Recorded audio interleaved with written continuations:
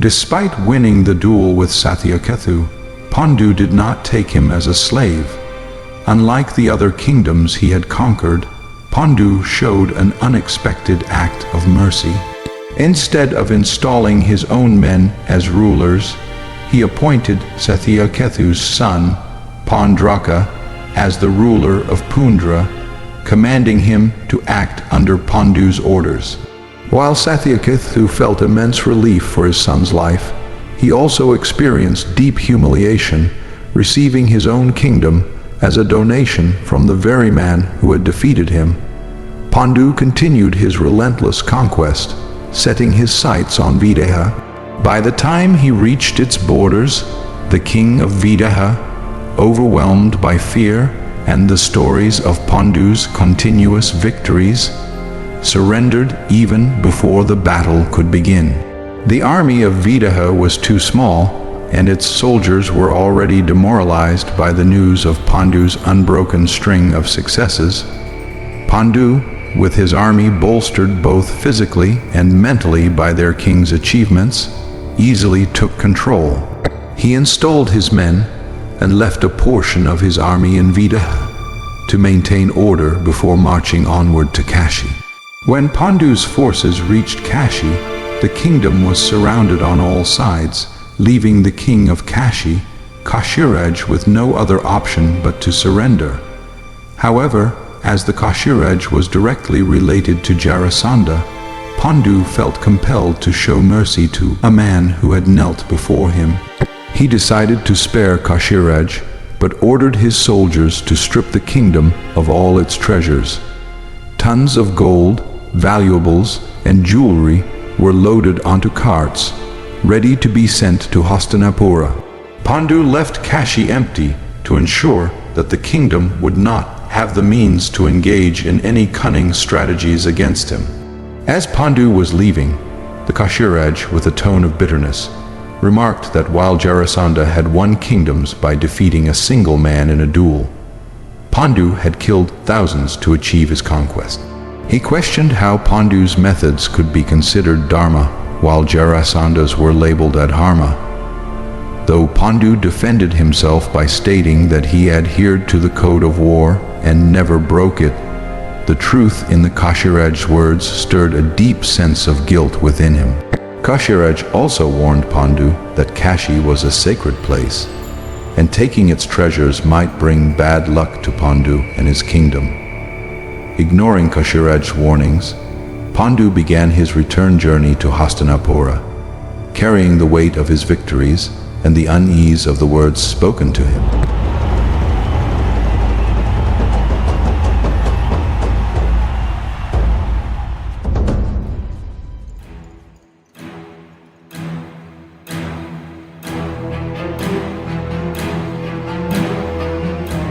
Drupada received the reply from Hastinapura, and as his eyes scanned the words, a wave of shock washed over him. Recently crowned as king, he found himself suddenly unsure of how to navigate the treacherous situation he was thrust into. The weight of Jarasandha's challenge bore down on him heavily. If he accepted the duel and lost, he feared the fate of enslavement. But if he rejected it, he risked inviting war upon his kingdom. His mind, overwhelmed with tension, faltered, unable to find a clear path forward. Desperate for guidance, Drupada convened a council meeting. His ministers, equally troubled, offered conflicting advice. Some urged him to send the kingdom's best fighter to face the challenge, while others suggested the bitter path of surrender to Magadha. Never before had Drupada felt such intense anger and helplessness.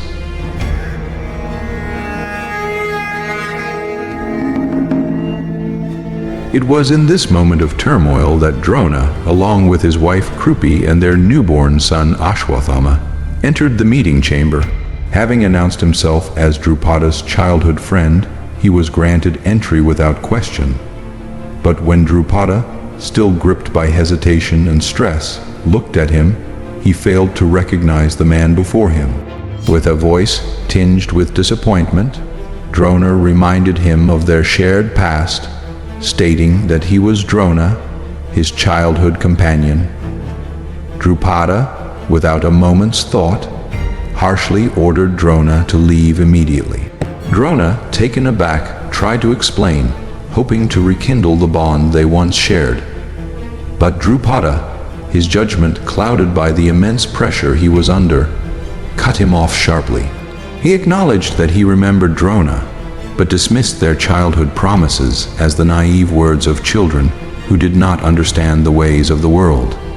Now, as king, Drupada saw Drona as little more than a beggar, shamelessly returning to exploit their past for personal gain. In a fit of anger, Drupada yanked off a golden ornament and threw it at Drona, telling him to take it and leave at once.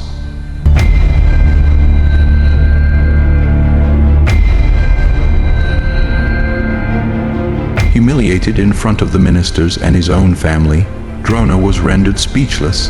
The sting of Drupada's words and actions left him in a state of disbelief. Without a word, he turned and walked out of the palace, his head hanging low in shame. Shortly after Drona's departure, Drupada received another message from Hastinapura, this time from Vidura. The message clarified that the previous communication was sent in error and assured Drupada of Hastinapura's unwavering support. Vidura also informed him that King Paandu was currently stationed at Pundra with a vast army, and that Drupada had nothing to fear. Relieved by the message, Drupada felt the crushing weight of his earlier tension lift. Yet, the events that had just transpired left an indelible mark on his spirit. If Drupada had shown patience during the difficult times and extended even a modicum of respect towards Drona, he could have gained immeasurable benefits. Drona, with his profound knowledge of Divyastras, was willing to share his wisdom. If Drupada treated him with due regard, Drona would have imparted his secrets, elevating Drupada to become one of the greatest kings the world had ever seen. Despite his formidable power, Drona's capacity to obliterate entire kingdoms, including Panchala, was curtailed by his wounded pride and deep sense of insult. His state of mind was fraught with bitterness, which overshadowed his formidable abilities. The lack of respect and the personal affronts he faced prevented him from extending the hand of mentorship and alliance that could have transformed Drupada's reign and secured his legacy as a renowned ruler. It was at this critical juncture that Drupada experienced a profound realization. Confronted with his vulnerabilities and the dire consequences of relying on external alliances and support, he understood the imperative to fortify his own defenses and strengthen his army.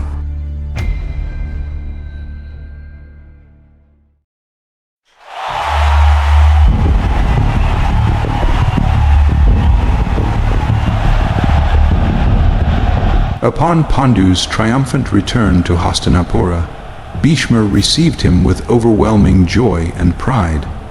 The king who had turned the tides of destiny with his bravery and valor, reclaiming the control of Bharata one kingdom after another, was finally home.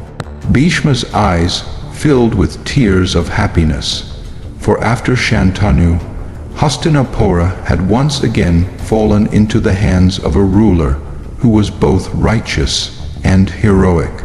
In a gesture of humility and respect, Pandu presented all the treasures he had won during his conquests to his brother, Dhritarashtra. Dhritarashtra, feeling an immense sense of pride and fulfillment, received the wealth with great joy. Bhishma suggested that Pandu reclaim the throne he had so rightfully earned, but Pandu, weary from the bloodshed he had witnessed, expressed his desire to take a break and embark on a period of forest exile to find peace. Bhishma, understanding Pandu's state of mind, agreed on his decision. As Pandu is talking to Bhishma, a sudden and alarming message arrived.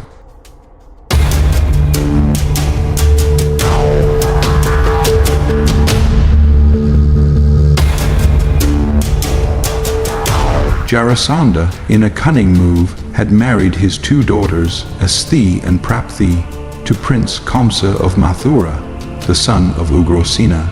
This alliance created a powerful strategic position for Jarasandha, as Mathura directly bordered Hastinapura.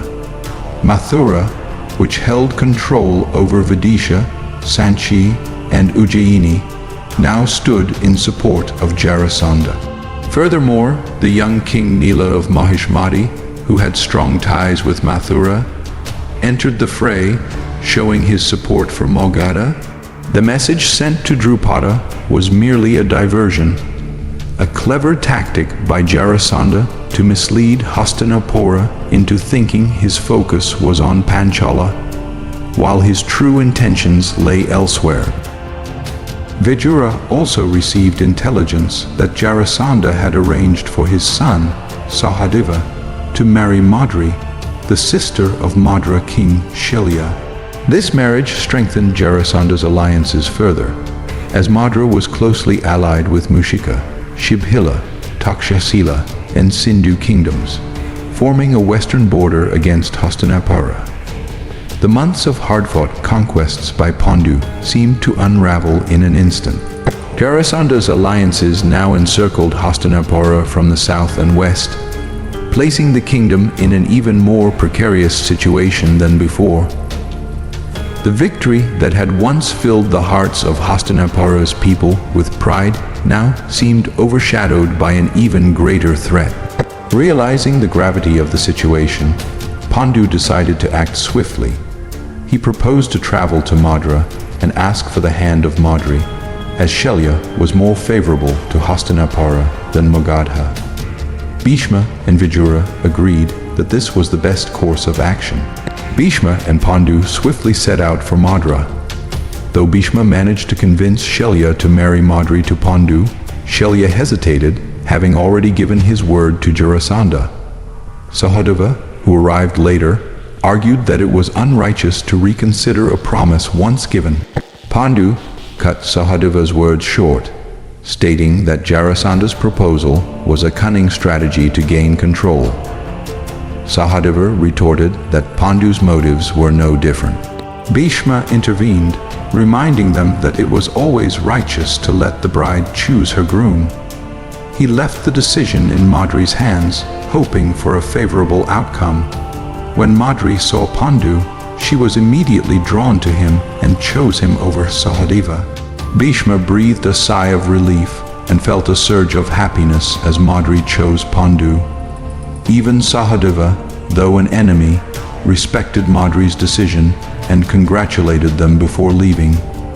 Paandu, Bhishma, and Shelya were pleased by Sahadeva's honorable behavior.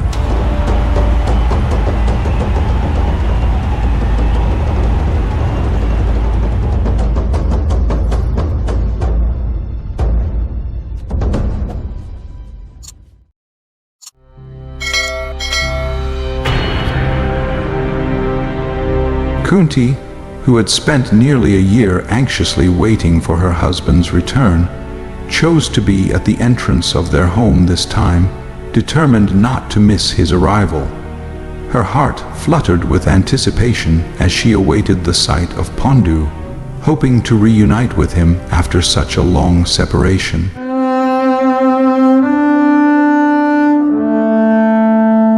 But as the dust of the journey settled and Paandu finally appeared, her heart shattered. To her profound anguish, Paandu was not alone. He was accompanied by another woman, a new bride. The man who had left for war just a day after their wedding, whom she had longed to see and hoped to share her life with, had returned with a new partner. The sight of Paandu standing beside this other woman, sharing his love and life with her, was a devastating blow to Kunti's heart. Despite the overwhelming pain and sense of betrayal, Kunti, with a heavy heart, came to terms with her sorrowful fate. She understood that her personal anguish could not alter the course of events, and accepted the painful reality of her situation, quietly enduring the heartache that had been thrust upon her. Paandu stands by his decision for Vanavas and takes his two wives, Kunti and Madri, and goes to the forest. The forest tribes see him as a god, marveling at his look and jewelry. He feels relieved and free in the forest, enjoying his time there. Dhritarashtra, from the palace, sends the needs for Paandu, Madri, and Kunti. Paandu, enjoying the freedom without any responsibilities, indulges in luxuries sent by Dhritarashtra and hunts animals daily, which he enjoys the most. Kindama Muni and his wife, possessing the immense power of shapeshifting into any living being, desired to be intimate while on their journey to their ashram. However, his wife was apprehensive about being seen, even though they were in a remote forest. To ease her worries, Kindama, using his extraordinary shapeshifting ability, transformed both himself and his wife into deers. They proceeded to be intimate in their deer form. Suddenly, 5 arrows flew through the air. 3 struck Kindama's wife, killing her instantly, and 2 hit Kindama, who fell to the ground. As they reverted to their original forms, Paandu arrived and was shocked to see the scene. Kindama, gravely injured and on the verge of death, asked Paandu why he had done this and what his motive was. Paandu explained that he was demonstrating his archery skills, claiming he could shoot arrows merely by hearing sound.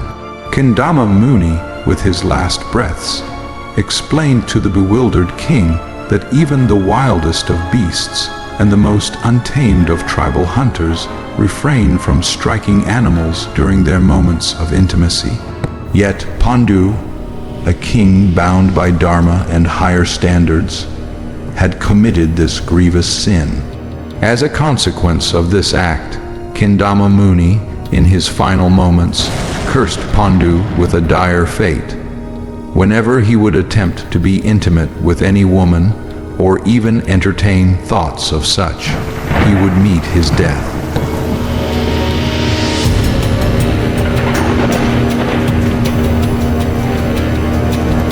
With this curse uttered, Kindama Muni passed away, leaving Paandu in a state of utter shock and despair.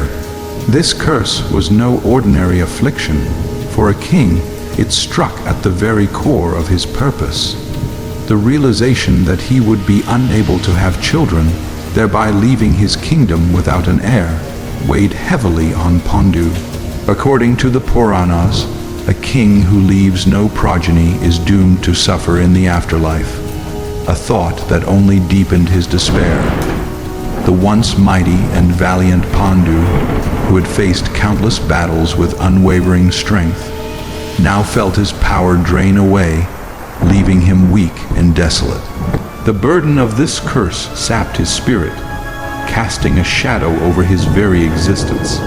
Life is a tapestry of unpredictability, woven with threads of joy and sorrow alike.